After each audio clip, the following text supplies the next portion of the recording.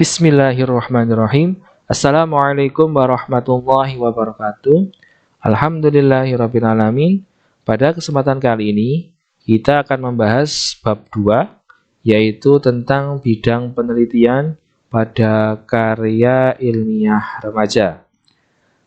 Yaitu pertama kita akan membahas tentang bidang penelitiannya dulu. Pada kesempatan kali ini, kita akan fokus pada 5 bidang saja, yaitu matematika, ilmu hayati, komputer, lingkungan, dan sosial.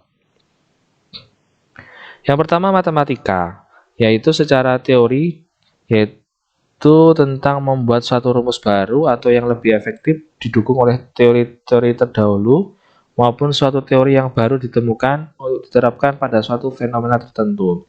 Yaitu fokusnya pada sebuah teori atau rumus yang lebih efektif, efisien, dan cepat. Jadi ketika ada sebuah peristiwa, misalkan di Surabaya ada sistem zonasi gitu ya. Jadi mungkin kamu menggunakan rumus matematika yang kamu ciptakan sendiri, di mana itu bisa membuat semacam radar mengukur jarak apakah saya termasuk dalam zonasi atau tidak dan sebagainya. Jadi mengukur-mengukur atau hal-hal yang berhubungan dengan angka dan rumus itu berkaitan dengan bidang matematika. Berikutnya adalah bidang ilmu hayati, yaitu tentang proses yang terjadi pada makhluk hidup, mempelajari komposisinya, struktur dan fungsi yang dimilikinya. Jadi ilmu hayati itu lebih tepatnya makhluk hidup gitu ya, bisa hewan, tumbuhan, manusia, dan lain sebagainya. Fokus pada makhluk hidupnya dan termasuk jenis-jenisnya, misalnya hewan apa gitu, tumbuhan apa ya. Manusia seperti apa dan sebagainya. Jadi fokus pada makhluk hidup saja. Kemudian berikutnya adalah bidang komputer atau kita bisa menyebutnya teknologi ya masuk, yaitu membuat sebuah manipulasi atau rekayasa dalam pemrosesan, pengolah data, pengenalan pola, penyimpanan, komunikasi, keamanan, informasi dan lain sebagainya. Jadi bisa dibilang hal-hal yang berkaitan dengan digitalisasi ya. Atau teknologi bisa juga tentang robotik ya. Bisa tentang sesuatu yang menggunakan elektronik ya, computerized biasanya. Jadi silakan digunakan untuk membuat bidang-bidang yang berhubungan dengan digital gitu ya. Lanjut bidang berikutnya adalah lingkungan. Lingkungan ini berkaitan tentang lingkungan sekitar ya, lebih tepatnya elemen pada bumi ini. Jadi yang berhubungan dengan manusia biasanya berupa udara, air, tanah, api, ya, sampah atau lain sebagainya yang mengganggu ekosistem pada lingkungan. Misalnya air yang dimana kalau kita gunakan terus akan habis. Nah, kita membahas hal tersebut. Energi, kemudian tanah yang mungkin mudah longsor, nah itu diapain supaya tidak mengganggu lingkungan. Udara yang tercemar polusi, nah itu termasuk lingkungan. Berikutnya bidang sosial. Ini berhubungan langsung dengan interaksi antar manusia yang ada di suatu lingkungan ya, suatu komunitas ya. Jadi semuanya tentang mengamati perilaku manusia ya. Jadi perilaku antar manusia, misalkan anak remaja sedang gembar-gembor main game. Nah, perilakunya kita amati yaitu setelah main game, anak-anak itu menjadi lebih apa gitu. Atau perilaku tentang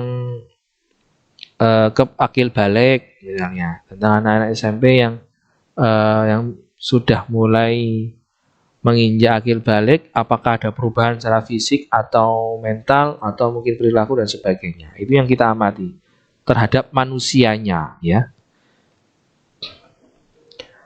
Nah, cara menentukan bidang ini ada sedikit triks ya dari Kurotianti 2001, yaitu dengan cara pertama, kenali dulu ketertarikan dirimu, apa yang kamu sukai, apa yang kamu gemari, itu kamu tulis dulu, kamu list dulu apa saja yang kamu tertariki ya atau kamu sukai. Kemudian yang berikutnya membaca berita terkini, jadi up to date dengan hal-hal yang terjadi saat ini ya. Kemudian berdiskusi di bidangnya. Jadi ketika kamu membahas tentang, oh saya pengen membahas polusi udara, berarti kan lingkungan. Nah, silakan mungkin berkonsultasi dengan guru IPS mungkin, atau guru apa, atau orang-orang yang bekerja di bidang udara dan sebagainya, monggo. Berikutnya mencari bahan bacaan. Ini bisa menggunakan website, bisa juga di jurnal atau YouTube. Kalau pengen nonton langsung, monggo di segala sumber bisa.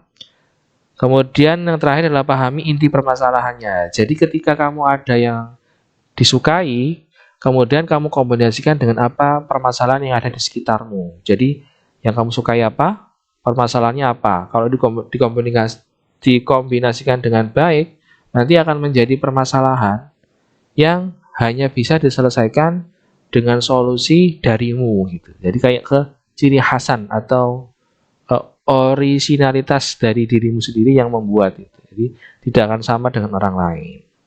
Maka penting mengenali ketertarikan diri dan pemahaman inti dalam sebuah permasalahan. Itu dulu untuk bidang penelitian. Silakan kenali apa yang ingin kamu pilih dan apa yang ingin kamu lakukan. Berikan solusi terbaik yang sesuai dengan apa yang kamu sukai. Terima kasih. Wassalamualaikum warahmatullahi wabarakatuh.